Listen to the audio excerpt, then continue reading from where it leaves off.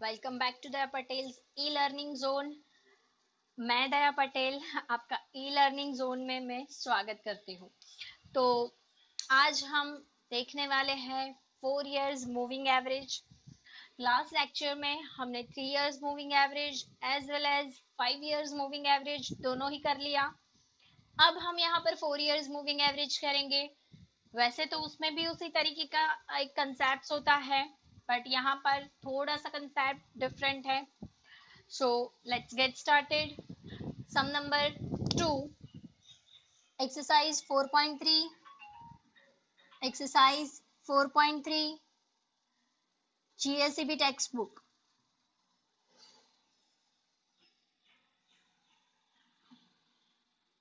Sum number 2. So basically sum number 2 में क्या कहते हैं आप देख लो। The average monthly closing price of the share of a company in a year 2016 are given in the following table. Find the trend using 4 monthly moving average। मतलब कि हमें यहाँ पर 4 monthly मूविंग एवरेज फाइंड करना है। ठीक है, monthly है या ईयरली है इट डजेंट मैटर। आपका जो भी मतलब कंसेप्ट है वो तो उसी हिसाब से रहने वाला है, चाहे मंथ है या चाहे ईयर है। सो यहाँ पर हम मंथ लिख लेंगे।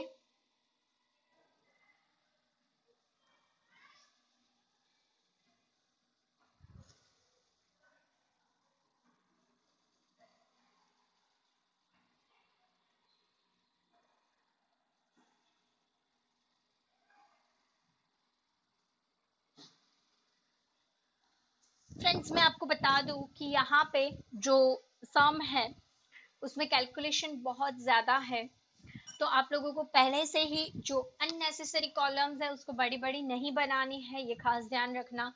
सेकेंड चीज कि जब भी मूविंग एवरेज का सम आता है देन 1 लाइन कंपलसरी आपको स्किप करनी रहेगी।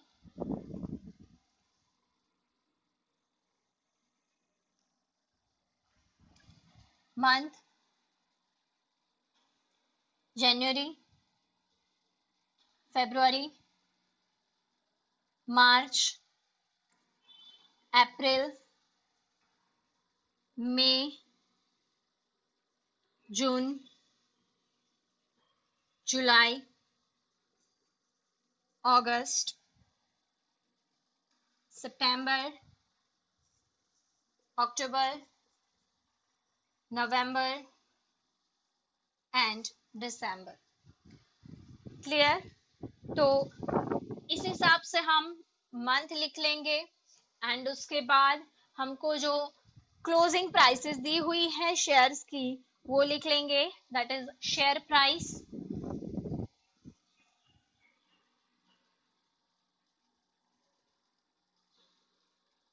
उसको रुपीस में दिया हुआ है यहाँ पर और ये हमारा वाई है।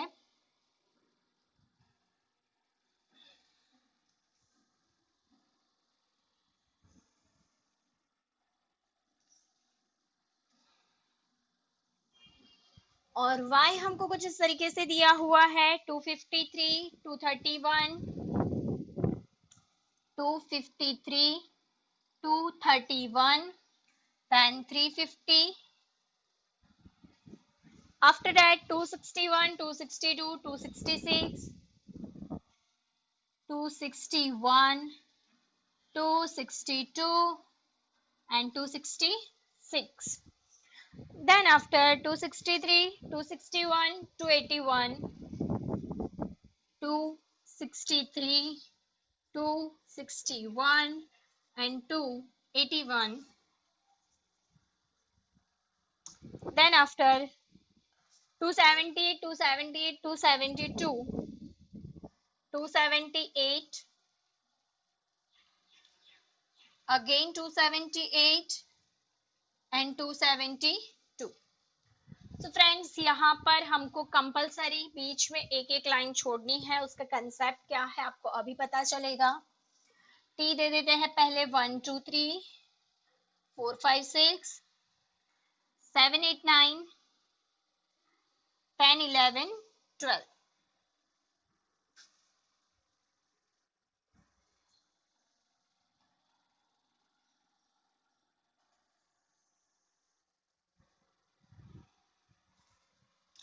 देन 4 ईयरली,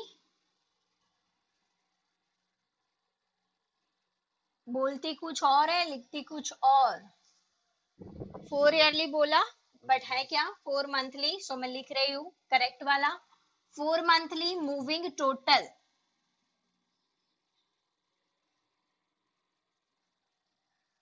और 4 yearly, sorry 4 monthly moving total जो है वो हमें किस तरीके से करना है।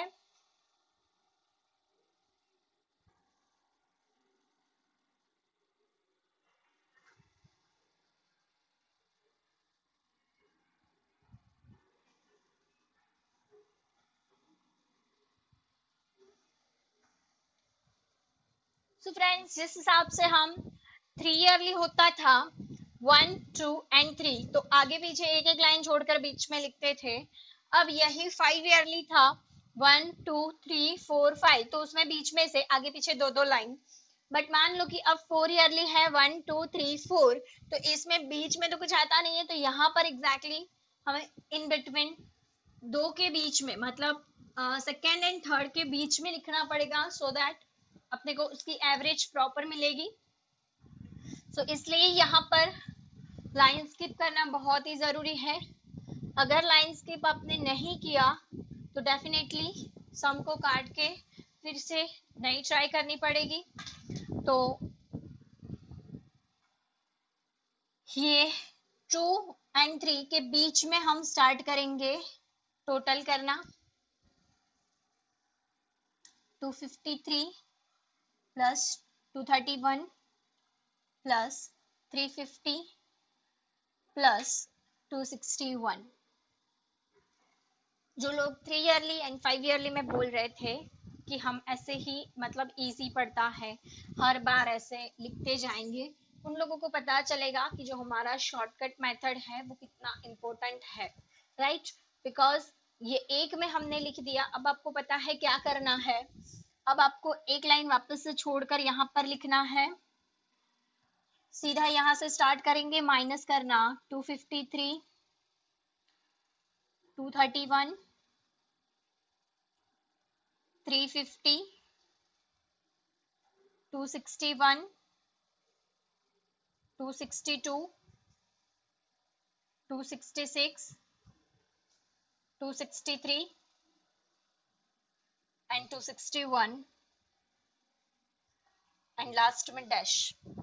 ठीक है, लास्ट में अगेन 3 लाइन कट हो जाएगी, ऊपर भी हमने 3 लाइन कट करी थी 1 2 एंड 3। ठीक है, अब एडिशन कहाँ से स्टार्ट होगा, तो अगर 3 ईयरली है तो 4 से स्टार्ट करते थे, 5 ईयरली है तो 6 से, और 4 ईयरली है 5 ईयरली है तो 6 से, और 4 ईयरली है तो फिफ्थ वन, क्योंकि देखो 1 2 3 4 यहाँ तक आ गया। अब एडिशन यहाँ से स्टार्ट होगा 262 266 263 261 281 278 278 एंड 272। लास्ट वाला यहाँ पर एडिशन में लास्ट आ जाए, that means we are going okay. अब हमको कर देना है इसका टोटल, दैट इज कैलकुलेशन। तो कैलकुलेटर हाथ में लेके हम लोग कैलकुलेशन स्टार्ट करेंगे। 253 plus 231 plus 350 plus 261, that is 1095, वो लिख देंगे इधर, minus 253 plus 262 1104 minus 231 plus 266 1139 and 1139 minus 350 plus 263, so 1052 minus 261 plus 261, वो तो सेम ही रहने वाला है, पता ही है। 262 plus 281 1071 1071 minus 266 plus 278, 1083, 1083 minus 263 plus 278, so 1098, and 1098 minus 261 plus 272, then here comes 1109. अब जो मेन पार्ट है इस सम का, दैट इज आप अब क्या सोचोगे, आ गया, इसको डिवाइड बाय 4 करेंगे and we are good to go, but no, आप गलत हो। आपको यहाँ पर क्या करना पड़ेगा, तो बिल्कुल अलग सा एक नया सा कंसेप्ट है। आपको यहाँ पे पेयर वाइज टोटल करना पड़ेगा। पेयर वाइज टोटल मतलब टोटल आपको यहाँ पर 8 मंथ्स का टोटल करना पड़ा। हाउ एग्जैक्टली, तो इन दोनों के बीच में अगेन आप इन दोनों का टोटल करोगे, दोनों के बीच वाली लाइन में लिखोगे 1095 प्लस 1104, फिर से इसके बीच में ऐसे लिखते जाओगे 1104 plus 1139, 39 plus 1052, 1052 plus 1052 and 1052 plus 1071, 1071 plus 1083, 1083 plus 1098 and lastly 1098 plus 1109। आपको पता होना चाहिए यहाँ पर जगह रहनी चाहिए। अब हम कर लेंगे इसका total.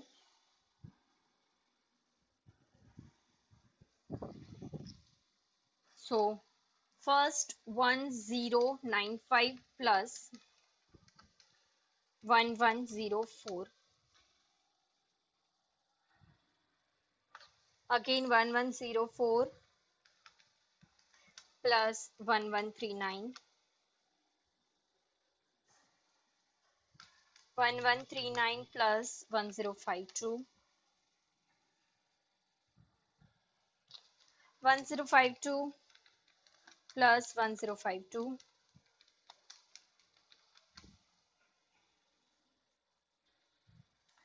1052 plus 1071, 1071 plus 1083,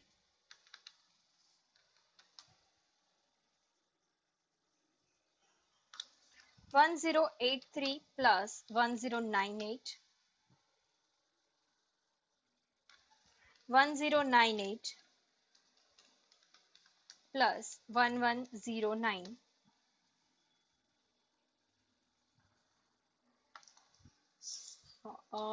it is 2207। Now आप बोलोगे अब तो 0 डिवाइड बाई 4 कर सकते हैं, तो आप लोग देखो पहले हमने क्या किया, ये चारों का टोटल किया,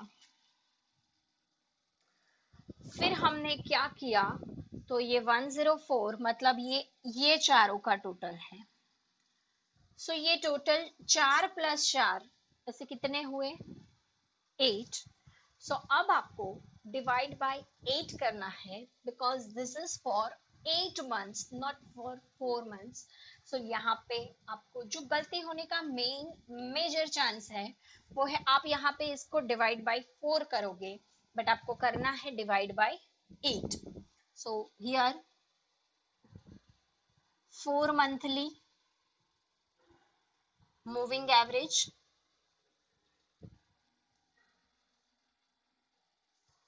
एंड आपको अब करना है इसको डिवाइड बाय 8।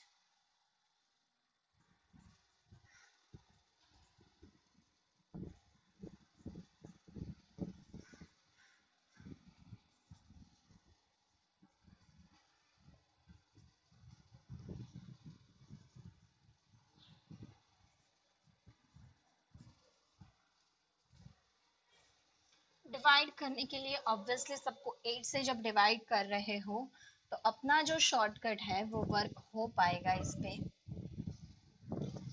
सो कैलसी में 2199 divide by 8 is equals to 274.88.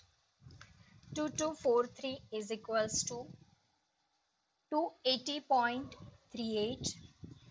2191 is equals to 273.88. 2104 is equals to 263. 2123 is equals to 265.38. 2154 is equals to 269.25, and 2181 is equals to 272.63, and 2207 is equals to 275.88, and we are good to go। मतलब हमारा ये जो सम है complete हुआ। Friends थोड़ा सा आपको typical लगेगा, ऑब्वियसली है, बिकॉज जब 3 ईयरली एंड 5 ईयरली देखा तो बहुत इजी था, बट 4 ईयरली में लॉजिक्स है। आप इसको डिवाइड बाय 4 करोगे सो एग्जैक्टली हमको जो मूविंग एवरेज चाहिए वो नहीं मिलता है, बिकॉज हम एग्जैक्ट इसके बीच में नहीं है, मतलब हमें कोई पॉइंट नहीं मिल रहा है, एंड दैट इज व्हाई अपने फिर उसका भी वापस टोटल करके डिवाइड बाय 8 जब करोगे तो आपको एग्जैक्ट ट्रेंड वैल्यू पता चलेगी। तो यस ऑब्वियसली थोड़ा टिपिकल है, बट 2-3 बार एक एक सम रिपीट करोगे तो रिपीटेशन और प्रैक्टिस का कोई जवाब नहीं होता। आप ऑब्वियसली धीरे धीरे यूज टू हो जाओगे। कैलकुलेशन थोड़ी ज्यादा है, बट हमेशा मैं जैसे बोलती हूँ पहले जितना लिखना है उतना अच्छे से लिख लेने का, बाद में कैलसी पे वर्क करो। जब भी कैलसी पे वर्क कर रहे हो तब दिमाग से वर्क मत करना, लिखते टाइम पे दिमाग का यूज करने का, कैलसी यूज करते टाइम पे फिर कैलसी का ही यूज करने का, दिमाग का यूज नहीं करने का। ठीक है, यस आंखें खुली रखने की, सो दैट कहीं पे अगर गलती होती है तो पता चल जाएगा। मेरी आंखें खुली होती है, दिमाग भी खुला होता है, उसके बावजूद दिमाग में बहुत सारी चीजें चलने के कारण कभी कभी मिस्टेक हो जाती है, जैसे लास्ट लेक्चर में मिस्टेक हो गई थी, राइट। सो अब वो करेक्ट हो गया है। अब आप जाके वापस देखना मत कि क्या गलती हुई थी, मैम की गलती देख लेते हैं। मैंने जैसे ही मुझे मेरी गलती पता चली उसको मैंने सुधार लिया है। ठीक है, ओके। तो यहाँ पर आपका सम नंबर 2 जो है वो खत्म होता है। Now we are moving on sum number 4। इसी के जैसा है, बट ये जैसे मंथ में था उसमें क्वार्टर्स दिए हुए हैं और उसमें quarterly 4 yearly quarterly moving average हमको ढूंढना है। ठीक है, सो आप इसका अभी स्क्रीनशॉट ले लो एंड देन आफ्टर हम लोग सम नंबर 4 स्टार्ट करते हैं। स्क्रीनशॉट ले लो।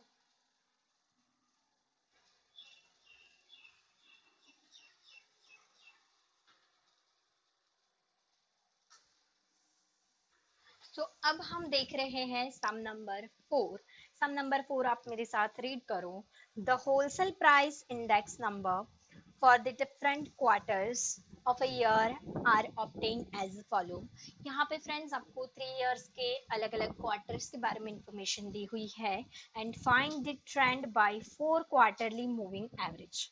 4 क्वार्टरली मूविंग है। मैं आपको पहले भी बोल चुकी हूँ कि चाहे 4 ईयरली बोले, चाहे 4 वीकली बोले, चाहे 4 क्वार्टरली है, चाहे 4 मंथली, हमारी प्रोसेस जो है वो सेम रहेगी। सिर्फ हम हेडिंग में थोड़ा थोड़ा चेंज करके सम को इजीली कर सकते हैं।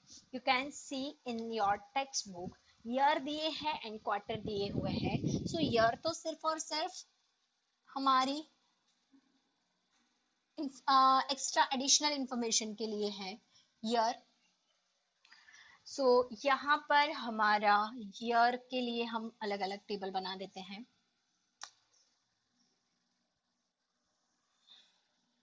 उसकी वैसे कोई जरूरत नहीं है, मेरे पास नोटबुक के जैसे लाइनिंग नहीं है तो मैं ऐसा कर रही हूँ, आप नहीं भी करोगे तो चलेगा। एंड लास्टली अगर पेपर कंप्लीशन के बाद टाइम बचता है then you can obviously decorate your sum. 2013, 2014 and 2015, and एक साल में अगर आपको पता होता है तो कितने क्वार्टर्स होते हैं? 4। तो हर साल के आपको क्वार्टर्स दिए हुए हैं, that is Q1, Q2, Q3, Q4. Q1, Q2, Q3, Q4. Q1, Q2, Q3, Q4. And now आपको दिया हुआ है index number. What is index number? You don't know. And अभी मैं बोलूंगी उसकी जरूरत भी नहीं है. हाल फिलहाल what is this? Then this is simply y for us. आपको इस तरीके से दिया हुआ है 110, 110, 125, 110, 110, 125, 135, 145, 152, 155, 168, 152, 155, 168. Then after 131, 124, 32, 53, 131, 124, 135 and 1, this is 32 and 153. एक बार मैं देख लेती हूँ कि कोई गलती तो नहीं है. 110, 110, 125, 135, 145, 152, 155, then 168, 131, 124, 132, 153, done. Perfect. अब जैसे कि टी देते हैं, दे दिया है, एंड देन अब स्टार्ट करना है. ये चारों के टोटल से करेंगे फ्रेंड्स फर्स्ट. तो 2 and 3 के बीच में से लिखना स्टार्ट करेंगे. 110 plus 110 plus 125 plus 135 is equals to, जो भी टोटल आया उसमें से अब हम यहाँ से माइनस करना स्टार्ट कर देंगे. 110, 110, 125, 135, 45, 52 and 55, 168 and that's all. Addition start होगा अगर 4 ईयरली है या 4 मंथली या 4 quarterly. In that case fifth one से ऐड करना स्टार्ट करना है, बिकॉज लास्टली ऐड क्या किया? 35. सो अब ऐड करना स्टार्ट करोगे 145 से.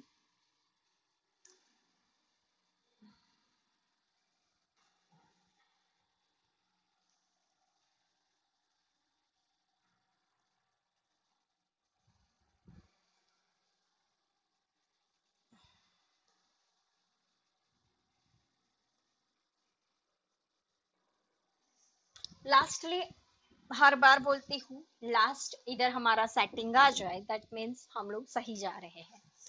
अब कैलसी हाथ में लेके कैलकुलेशन कर लेनी है.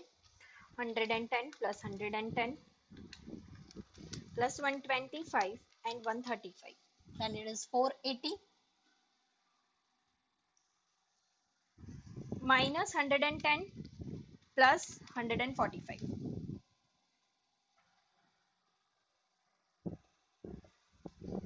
minus 110 plus 152,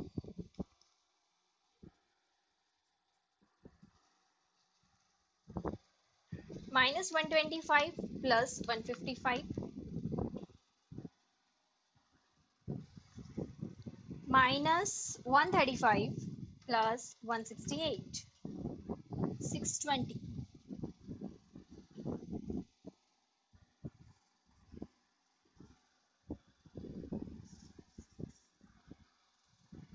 minus 145 plus 133, sorry 131,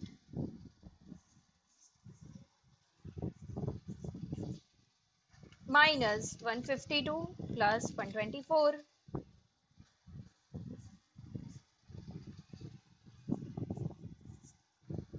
minus 155 plus 132,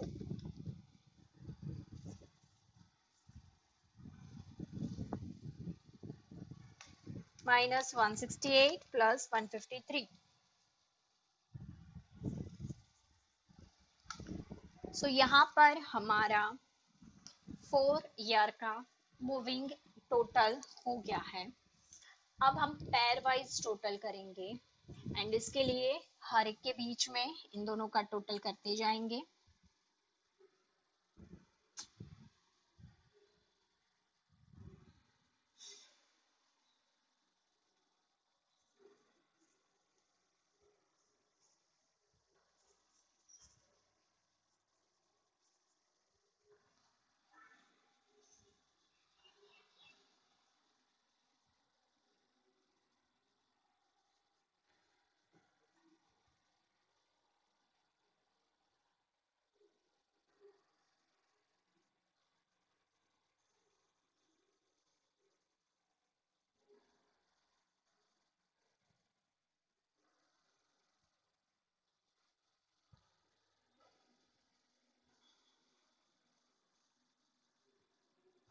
तो फ्रेंड्स अब इसका टोटल कर लेते हैं हम कैलसी पर।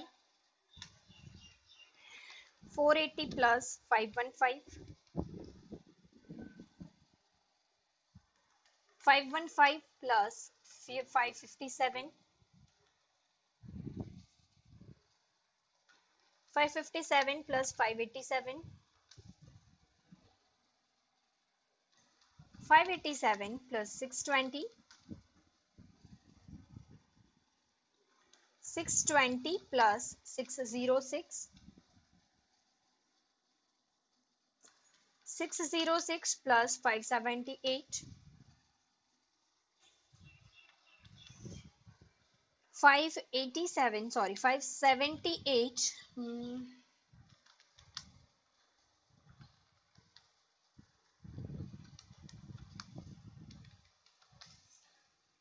1133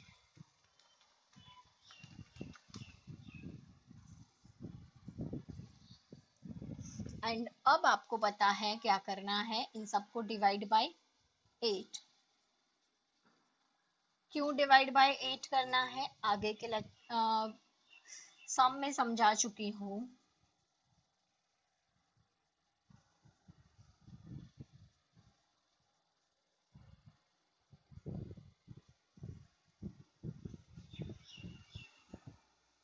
बिकॉज ये 8 इयर्स का टोटल है, टोटल 4 और 4 मतलब टोटल 8 इयर्स का टोटल हो गया है, तो इसलिए हमको डिवाइड बाय करना है 8। 995 divide by 8 is equals to 1072 is equals to 1144 is equals to 1207 is equals to 1226 is equals to 1184 is equals to 1133 is equals to and 1095 is equals to. So here हमारा जो सम number 4 है as well as exercise 4.3 है वो complete हुआ और सारी methods भी complete हो गई है। फ्रेंड्स नेक्स्ट लेक्चर के अंदर हम लोग इसका जो थियोरेटिकल पोर्शन है थोड़ा बहुत बाकी है, जो एक्सरसाइज में आपके क्वेश्चंस है वो देखेंगे, 1 मार्क के शॉर्ट क्वेश्चंस या ऐसा कुछ जो भी है वो सब कुछ देख लेंगे।